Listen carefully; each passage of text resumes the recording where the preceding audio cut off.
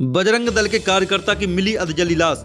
युवक की अधजली लाश का सामने आया गुजरात कनेक्शन। बीते मंगलवार की शाम को कल्याणपुरा के समीप छोरा छोरी डोंगरी पर धार जिले के अमझेरा निवासी हाल मौकाम राजगढ़ थाने के फुलधावड़ी गांव के मोहनीश पिता मोहन से सोलंकी की अधजली लाश मिली थी। इसका गुजरात कनेक्शन निकलकर सामने आया है। गुजरात के गोधरा पुलिस थाने में जो 17 जनवरी को अपहरण का मामला दर्ज हुआ था, वो अब झाबुआ जिले के कल्याणपुरा में जली हुई डेड बॉडी के मिलने के बाद हत्या में परिवर्तन हो गया है। दरअसल मोहनीश पिता मोनू के अपहरण की शिकायत गोधरा सिटी थाने में दर्ज कराई गई थी। यह पूरी घटना हत्या के अपराध में तब्दील हो चुकी है। इस मामले में राजगढ़ से लेकर झाबुआ और गुजरात के गोधरा तक माहौल गर्म है। धार जिले के राजगढ़ के समीप रहने वाले मोहनीश उर्फ मोनू के अपहरण का मामला उसके परिजनों ने गोधरा पुलिस थाने में दर्ज करवाया था। इस मामले के अनुसार मोहनीश सोलंकी निवासी अमझेरा, जो कि राजगढ़ में ऑटो पार्ट्स का व्यवसाय करता था, राजगढ़ की एक युवती के प्रेम प्रसंग में पड़ गया था, लेकिन उस युवती के परिजनों ने यह मंजूर नहीं था, जिसके चलते युवती की सगाई उसके परिजनों ने गुजरात के गोधरा में की थी। सगाई के बाद मोहनीश एक दिन गोधरा जा पहुंचा, जिसकी जानकारी मिलने पर युवती के पिता दिलीप भाई जैन भी गोधरा पहुंच गए और वहां से मोहनीश को जबरदस्ती राजगढ़ वापस लाने के लिए उनकी कार में बैठा लिया था। बाद में जब 3 दिन बाद भी मोहनीश घर नहीं आया तो उसके परिजन भी उसकी तलाश करते हुए गोधरा पहुंच गए और जहां उस लड़की की सगाई हुई थी वहीं गए तो परिजनों ने मोहनीश के घर वालों को बताया कि मोहनीश जहां आया था उसकी बाइक भी यहीं है, लेकिन मोहनीश को दिलीप भाई जैन राजगढ़ वाली उसको घर छोड़ देंगे ऐसा बोलकर जबरन गाड़ी में बैठा कर ले गए। इस सूचना पर मोहनीश के परिजनों ने गोधरा थाने में अपहरण का मामला दर्ज करवाया था। घर से 14 तारीख को राजगढ़ के लिए निकला। शाम को 7 साढ़े 7 बजे फ़ोन आया, पापा मैं बाहर जा रहा हूँ और कल शाम को आ जाऊँगा। कहाँ जा रहा था कि मैं नहीं मालूम, कि मैं बता दूँगा बाद में। अभी भी वो कोई उसका साथी विकास श्री माली साथ में मिल गया था, ये गोधरा पहुँच गए।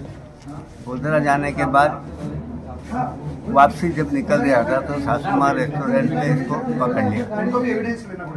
वहाँ पकड़ के और इसको उतार के और दिलीप जैन ने 2 लठ मारे और इसके साथी सभी थे वहाँ पे और उसकी बलोनो कार थी, उसके अंदर बिठा लिया। बिठा के आगे ले जाके दूसरी गाड़ी कर रहे थे। कहीं हो सकता अमझेरा हो या हो सकता हो राजगढ़ हो, एक्चुअली दोनों जगह रहता था।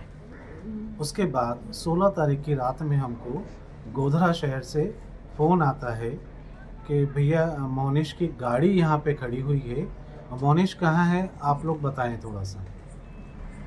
और फिर हम लोगों ने सर्च करना स्टार्ट किया, हर जगह कॉल किया, हर जगह प्रयास किया कि कहीं से कोई जानकारी मिल जाए।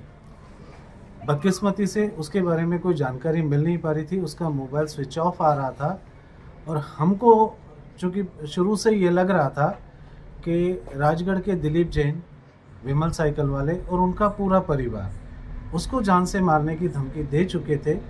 आज से 4 से 5 महीने पहले भी एक बार उन्होंने अटैक करवा दिया था, जिसमें वो मरते मरते बचा था, ऐसा हम लोगों को लगा। और किस्मत से ये मान के चलिए कि सुबह हमारे पास कॉल आता है कि भाई दिलीप जैन ने आपके उनके भाई हैं विजय जैन, उनकी पत्नी है और सोनल जैन, और साथ में दिलीप जैन की खुद की पत्नी है, ये 4 है, उसकी लड़की है आशी, और साथ में उसका मामा है जो यहीं जो जिस एरिया में डेड बॉडी मिली है उसी के नज़दीक कहीं रहते।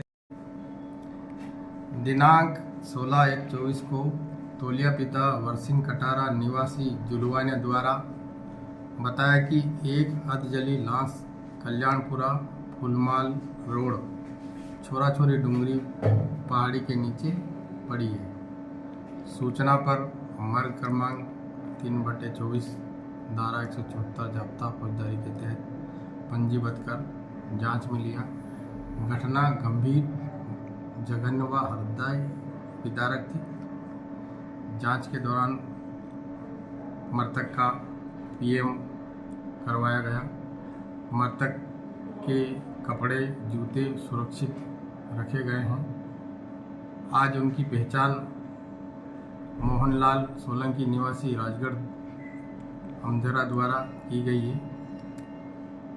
पीएम बाद शव को उनके परिजन को सुपर्द किया गया है। मर्ग जांच कर अग्रिम कार्रवाई की जाएगी।